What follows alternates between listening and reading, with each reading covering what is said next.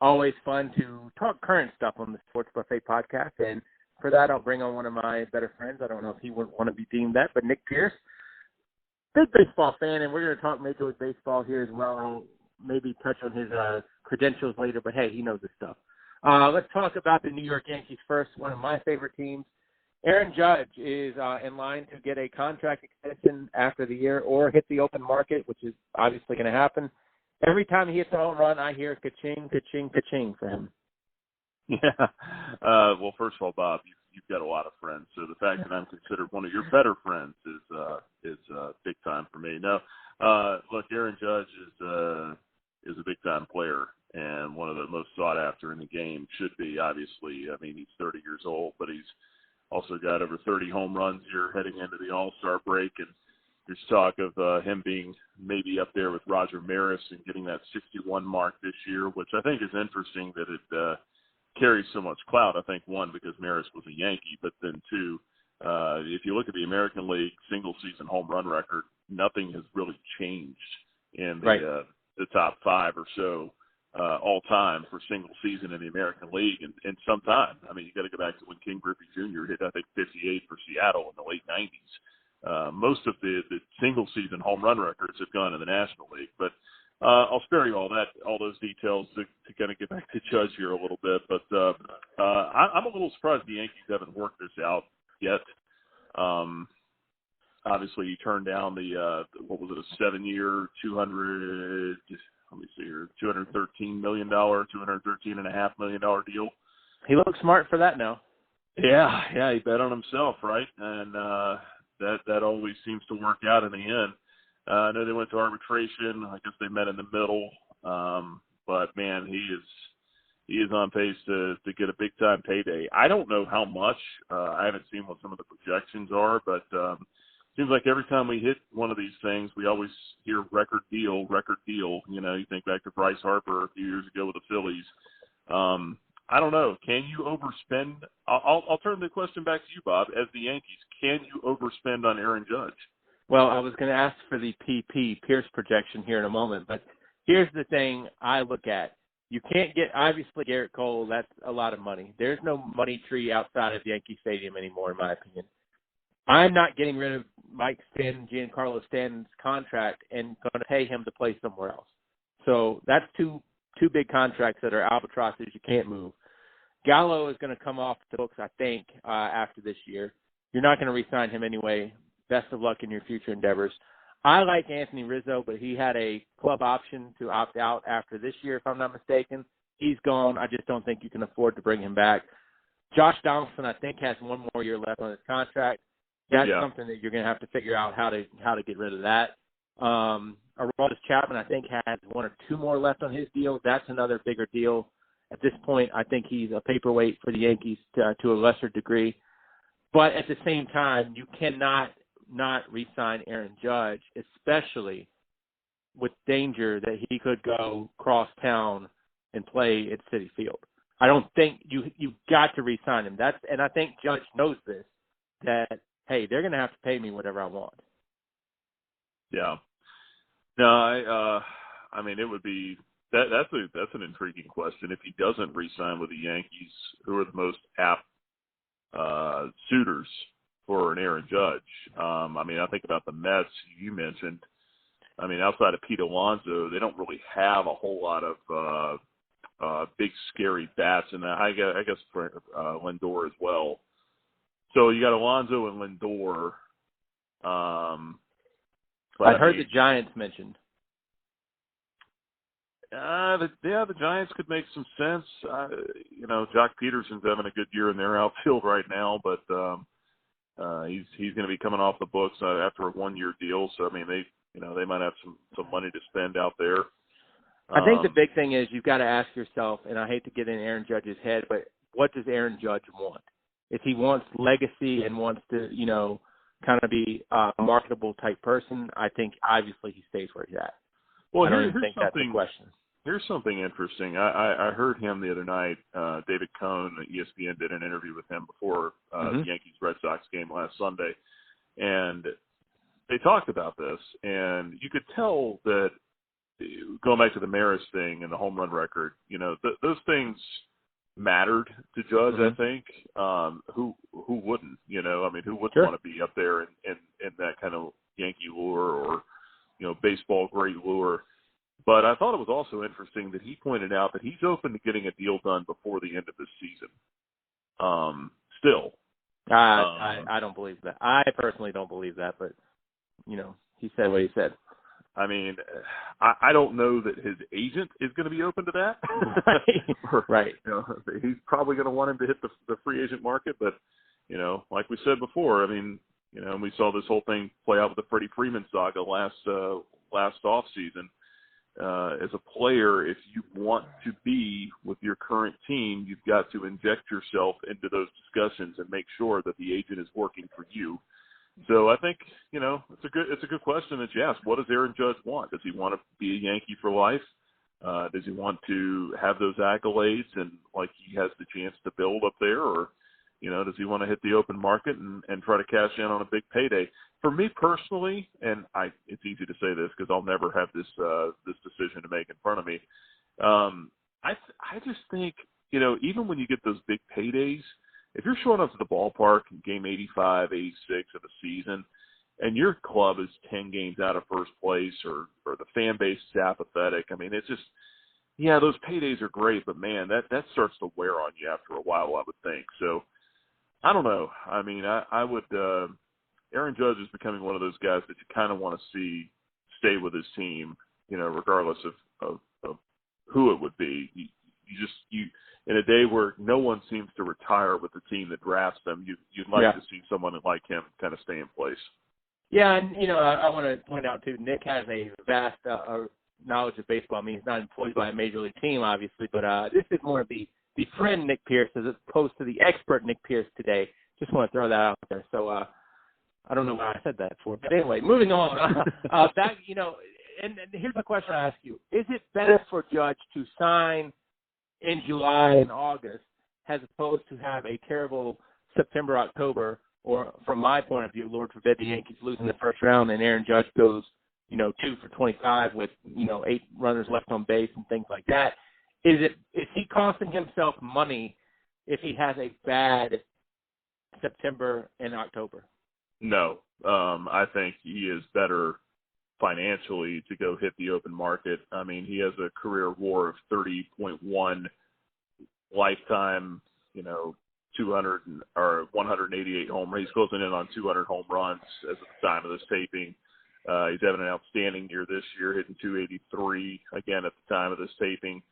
At the time of the taping, too, he struck out in the 9th inning tonight, and the Yankees lost on a game-ending double play against the Reds. At the time of the taping, by the way. Look, I mean, even if he has a terrible postseason, I mean, yes, I think Yankee fans will remember that. But if you're making baseball decisions, you're looking at the entire body of work Sure. and the entire back of the baseball card. So I think it is definitely best for Aaron Judge financially to go to the free agent market this offseason. But again, it goes back to what does Aaron Judge want? Does Aaron Judge want to be a Yankee? Does he want to get that deal done, like you said, even before the end of the season? I don't know. Time will tell. Well, and I'm kind of going off what you said, too, about what he said on Sunday Night Baseball about, wanting to kind of do this within season. I think that's somewhat ludicrous, to be honest with you. I mean, I feel like you've got to hit the open market at this point. I mean, it's rare, especially for a player that's stature, but he did leave the door open. I thought it was interesting. And there's no hometown discount. I thought it was interesting because it is so rare. There's no hometown discount at this point either. You wouldn't think so. You wouldn't think because he's 30 years old. This is the last. Right. This is the last big contract he's going to get. I mean, if would you want? I mean, if your favorite team or player is in this case, would you expect a hometown discount? I know we can probably talk about that in a minute with what happened last season with Freddie Freeman. But I mean, why would you expect that? I mean, you're playing for one of the all-time great organizations that's shown through its history that it's not afraid to spend money. No, but I don't think hometown discounts even in the discussion here. Yeah, I think it's ludicrous to even bring that up, and I don't know why I did. Let's talk about the Atlanta Braves. Braves made a trade the other day with the Royals. Kind of touch on that for us if you don't mind, and what does it mean? So the interesting thing about trades when it comes to the MLB draft is you can't make a lot of them. It's not like the NBA. Right. You can't trade straight up draft picks like the Right. NBA or the NFL. Right. I sometimes wish you could, but we can have that discussion another day. But you can trade what are called competitive balance picks or sandwich picks. So you have the competitive balance rounds between the first and second rounds that you can swap those. So let me interrupt you real quick. Is that kind of like your old supplemental picks? Yeah. Okay. So you can you can trade those like anything else. So the Braves, what they did is they basically got a competitive balance round or supplemental pick from the Kansas City Royals, which amounts to the 35th overall pick in this upcoming draft here. And in exchange, they flipped 3 prospects to the Royals, which when you say it like that, it seems, man, that's a lot, but not really. I think it was a good deal for the Braves. I think it might have been a good deal for the Royals too, because these are obviously 2 clubs that are in different spots. The Royals getting Drew Waters, who was at one time or was coming into this season the Braves' top prospect, I guess, or at the current time of the trade. But Waters had fallen off a little bit over the last couple of years.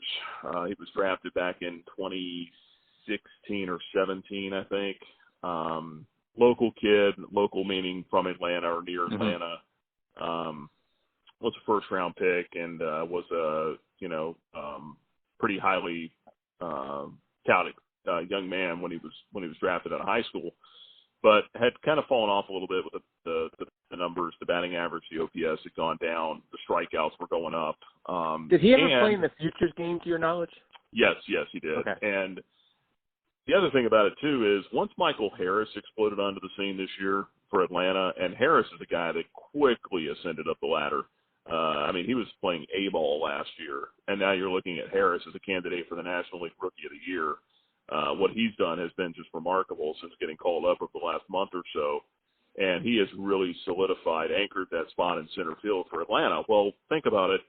Ronald Acuna Jr. is patrolling right field. He's not going anywhere anytime soon, and right now there's not a need in left field. They've got a little platoon situation going on out there with Adam Duvall and Eddie Rosario. There's not a whole, and his bat is certainly not good enough to DH, so there's not a whole lot of places for Drew Waters to go right now. So he was kind of blocked at this point. So while he may have been your top prospect, he wasn't going to contribute to your major league club. He wasn't in the long-term plans because he got leapfrogged by Harris, so it made sense to move him. The other pieces of that trade, Andrew Hoffman was a 12th-round pick last year. C.J. Alexander had been in the farm system for a few years now. He was a corner infielder, a little bit of pop, but nothing elite, I guess, from that standpoint, and had been in Double-A for the last couple of years. So you think about it then, okay, you're flipping 3 guys, one guy that wasn't going to play in the big leagues for your current club, and the other 2, a 12th rounder and a guy who's been languishing in Double-A for the last 2 years. You flip those guys, and all of a sudden you're getting the 35th overall pick in the draft. I think it was a really good move for the Atlanta Braves.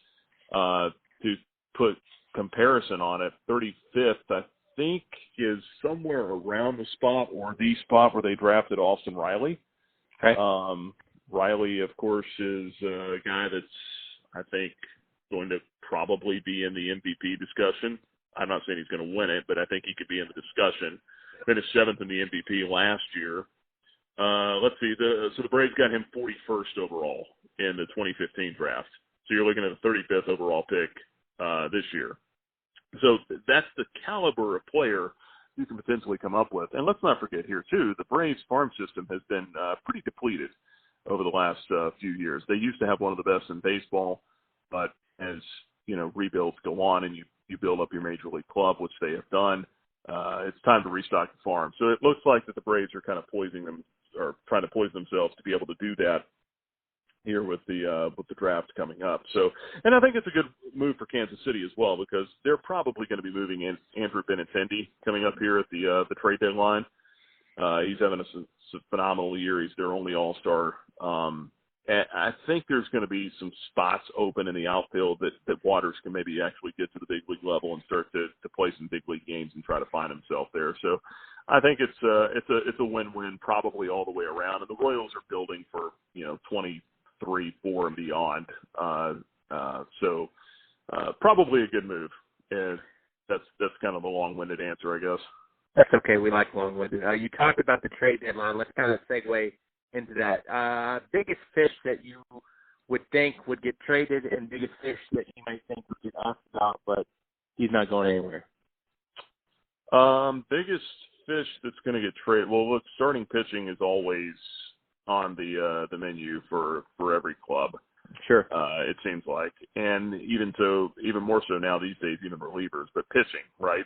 So, Luis Castillo, I think, is a guy that you're starting to see surface a little bit in terms of starting pitching. The Mets have checked in on him. The Dodgers reportedly have checked in on him. Those are two suitors that you would expect to do that.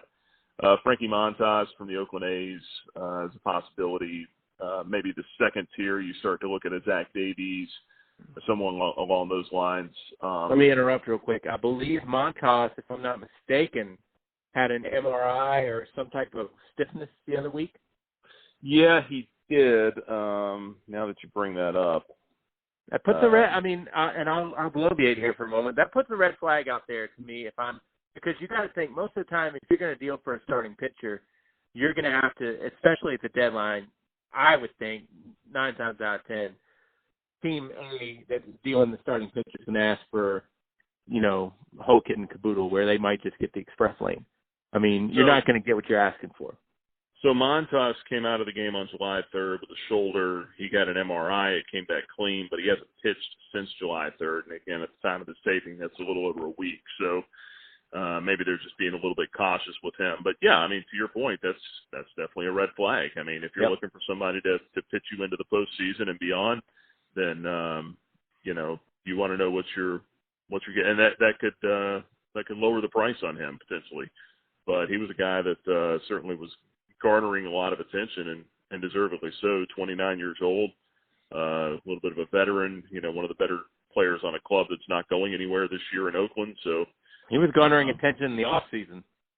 Yeah. So do the Braves do anything? The Braves in general, not just starting pitching, but in general. I think it will be pitching.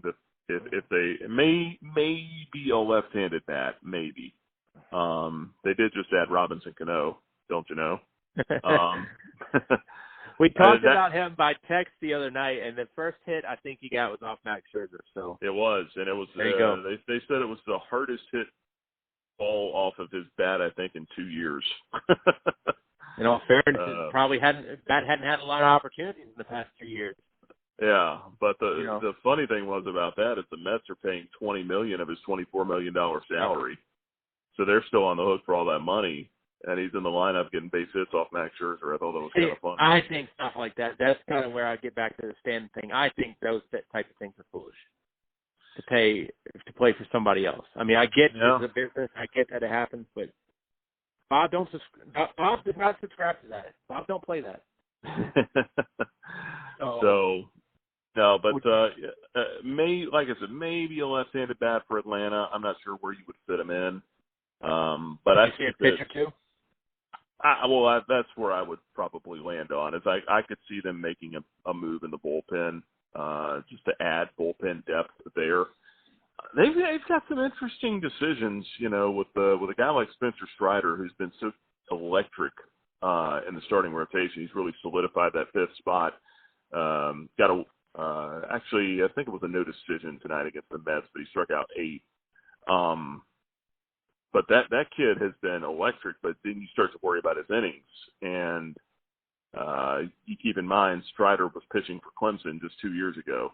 Right. So how much can you lean on him in a rotation spot? Does he fall back into the bullpen? Boy, it's sure nice to bring 100 miles an hour and that slider in out of your bullpen late in the game. But so I don't know. They're going to have some interesting conversations over the next few weeks, but I could see them maybe adding a piece for the bullpen or two.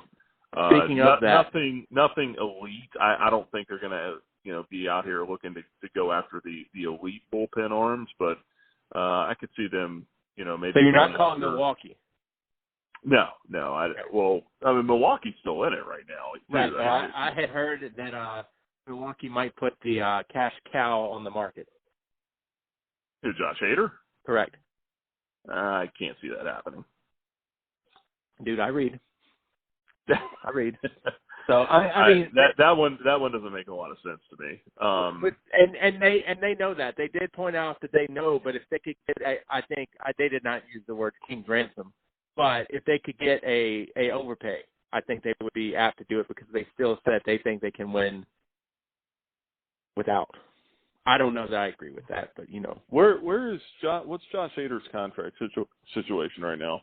I be honest with you, I don't know.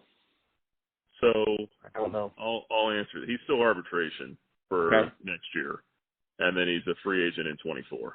Okay. He's making $11 million this year. I would imagine he's going to make more than that next year. And I would imagine he's going to make much more than that after that time frame. But the Brewers, okay, to your point, they're in first place right now. I thought it was Philly too. Yeah, I'm not advocating this at all. Where did you read this tomfoolery? That thing called the internet.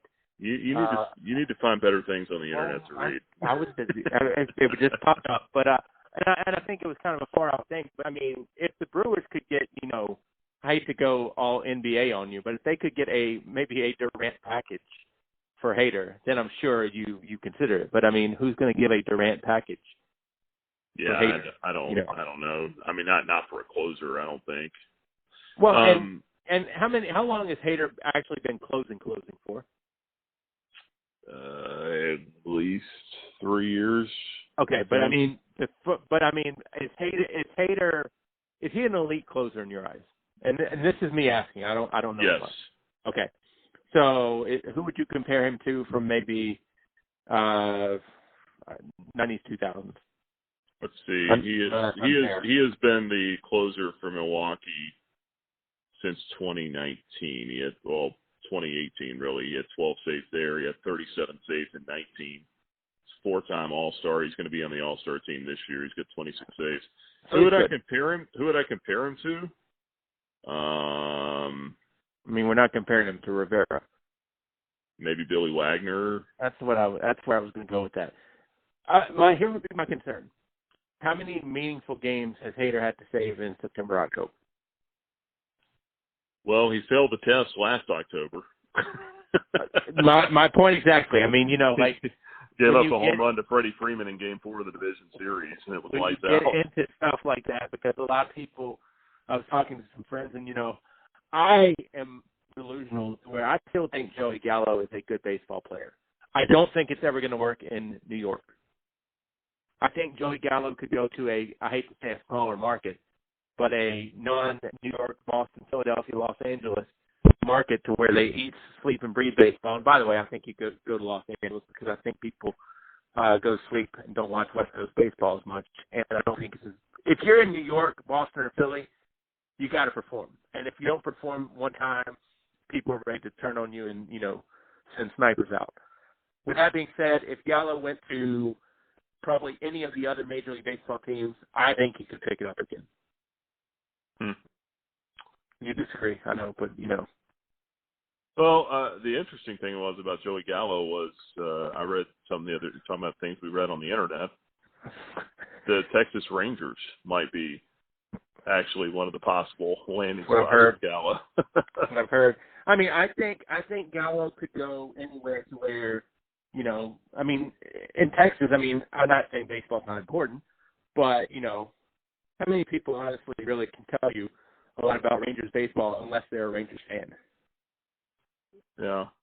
So, I mean, that's what I mean, I hope Joey Gallo picks up again at some point. I mean, my guy forever and ever for the Yankees, and I don't know if you'll remember this name or not, I love Jeff Weaver. I thought Jeff Weaver had good stuff when he was pitching in Detroit and even for a while in Oakland. It did not translate in New York back in the early 2000s. I mean, some people just cannot succeed in the big markets. It doesn't mean they're bad baseball players. It just means they can't play in some big markets.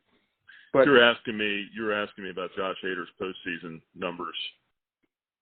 The last 6 postseason games he's been in, you know what the Brewers' record is in those games? I'm going to guess no better than 2-4, but it's probably going to be 0-6. 1-5. Okay, well, split the difference. So he has 1 save, 1 blown save. He's given up 4 runs in 6 outings, 3 earned, and the 1 home run to Freddie Freeman last October. With that being said, I think closers get a lot of crap thrown on them for, Mariano Rivera is the greatest closer of all time, but, he blew the Game 7 of the 0-1 World Series.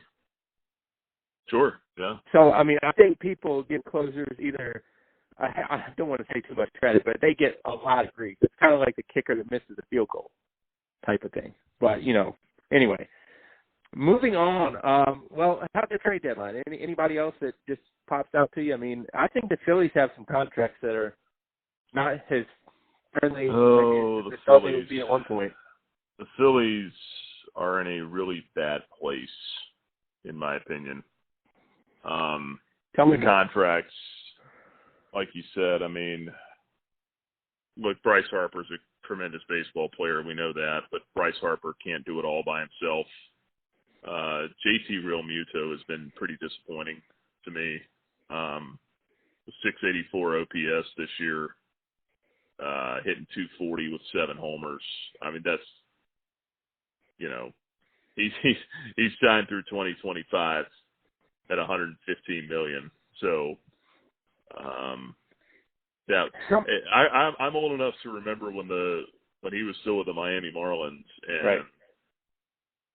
Braves fans wanted to make a trade for him, and the Marlins started the conversation with Ronald Acuna. Well, conversation ended pretty quickly after that. The phone was laid down pretty quickly after that, and rightfully so. But no, I don't know, man. These guys you're bringing up are going to be off-season trading pieces, I think, more than they would be in season. What are you going to get for Realmuto if he doesn't turn it around? Are you saying they're going to trade JT Realmuto? No, I'm saying that some of these pieces, are you saying they're going to trade Bryce Harper? No. Okay. I'll bring up a name, and I believe, if I'm not mistaken, he's got full no trade. It's Mike Trout. At some point, if you're not winning there, how long are you going to stay there? Yeah. Now, I think people want the Angels to be good so much because they have 2 of the best players on the planet. What people?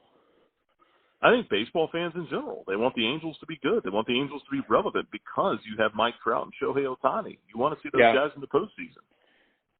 I would counter that by saying, do you want to see them in the postseason, or do you just want to see do you want to see the Angels in the postseason, or do you want to see Trout and Ohtani in the postseason somewhere else? Either.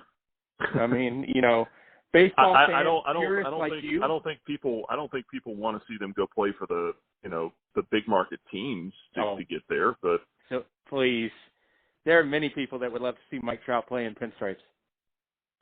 Well, sure, they're all called Yankees fans. Well, okay, but there are a lot of them around. I agree with your point. I think people would like to see if the Angels were there consistently. And, I think I'll give you some credit. I think you're right. If the Angels could be a constant player in the postseason, I think that people would love it. But I think, and I don't know whose fault it is. I don't know that it was Joe Madden's fault. I'm not a big Joe Madden guy. I don't know that it was Joe Madden's fault. You know what their record is since they fired Joe Madden? It's not very good. 11-50. Yeah, it's not very good. 11-50. Who's the guy? I'm going to kind of branch this out a little bit, but managers or coaches in baseball, I don't say they don't matter. I'm not going to say that. But who could you get to come into Los Angeles with the Angels of Anaheim that could turn that thing around? Well, if he wasn't already employed in Queens, I would say Buck Showalter. That's a name that would come to mind, too, for me. But I mean, how many? And to your point, I think he's made a huge difference with the Mets because that's a different ball club now. I'm going to argue against myself. What is Buck Showalter won? You know, it's interesting you make that point because Buck Showalter has always been the guy that's left things better than he found them. Absolutely. But it seems like he never actually gets the ring. You know what I mean? I like Buck Showalter too. This is not a pile on Buck Showalter thing, but okay. So you're not going to get Buck Showalter. Who else could realistically manage the Angels and turn this thing around? I don't know. I mean, I don't know that there is a name. Did they give Joe Girardi a call? I love Joe Girardi, but I'm one of the few. But what's Joe Girardi done? I mean, he got fired in Philly. Right. You know, I'm not an Aaron Boone fan. You couldn't bring in a guy like, and I know that they would never think about bringing in like a Brian Snitker, and that's not Snit. But I mean, you know, the managers of baseball, I don't think roll off tongues like they did at one point, maybe with Torrey, Cox, Gaston, you know, guys like that had multiple pedigrees. I don't think Bobby Valentine, Davey Johnson, I don't think names just roll off tongues anymore. I think there's a handful of guys out there that are, but I don't know who you're going to pluck away, you know? Yeah. You're almost going to have to take a chance on somebody. Phil Nevin's not doing himself any favors to win the job now either.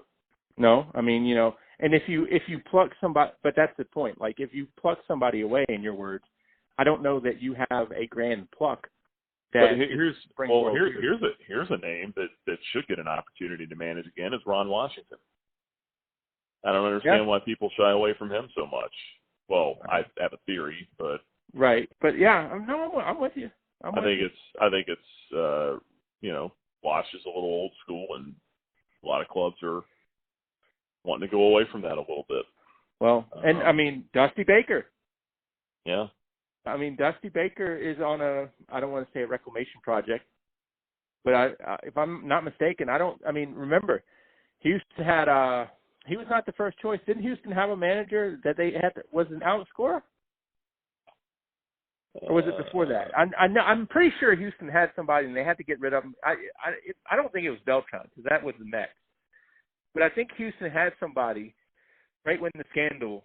No, you're thinking about the Mets because the Mets had hired Carlos Beltran. Well, I know the Mets had Beltran. I know the Red Sox had Cora, and they had to get rid of him for a year. But I thought Houston was looking for somebody to either clean up the image or I forget. Maybe I'm wrong. Maybe I read on the internet too much. Houston wound up getting Dusty after they fired. Oh gosh, his name's escaping me. Former manager. But they pretty much fired somebody because of the scandal, if I'm not mistaken. Yes. So Dusty was not A.J. exactly. Hinch. You're right, A.J. Hinch. Yeah. But Dusty was not exactly just, you know, he wasn't sitting outside the ballpark saying we'll manage for popcorn or anything. But you know, I think regardless of who they bring in Anaheim or Los Angeles, I guess the roster's got to get better. Beyond Trout and Ohtani. I mean, to your point, the manager can only do so much. Rendon? The Rendon contract has been not good. How many contracts? He can't stay healthy, first of all. How many contracts have the Angels signed people to? I mean, a lot. Exactly. I mean, you know, let's be honest. The Albert Pujols contract wasn't a gold mine. Pujols, Josh Hamilton, Rendon's just the latest. And I'm sure we could name some pitchers if we had time. Noah Syndergaard's actually having a decent year for them. Well, I'm talking like before Noah Syndergaard. Back during the whole, there's many bad contracts that the Angels have signed. Not just, you know. But Syndergaard's actually going to be a free agent after this. That was a 1-year deal. Right. I don't know that the Trout deal is honestly great because I don't know that it helps them bring in other people. I think it was intended to be great. Like they had to lock him up.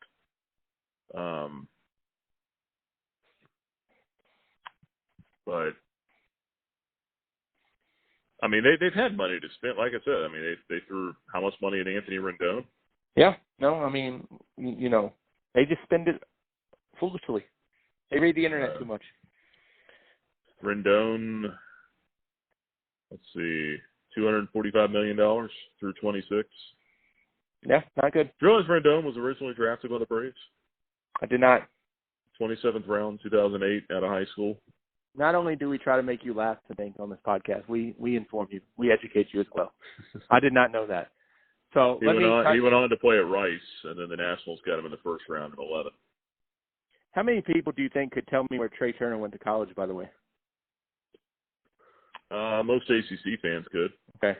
So obviously you can as well. Yes. Okay. NC State. Thank you. I was going to see how long we would go before you actually told me, but thank you.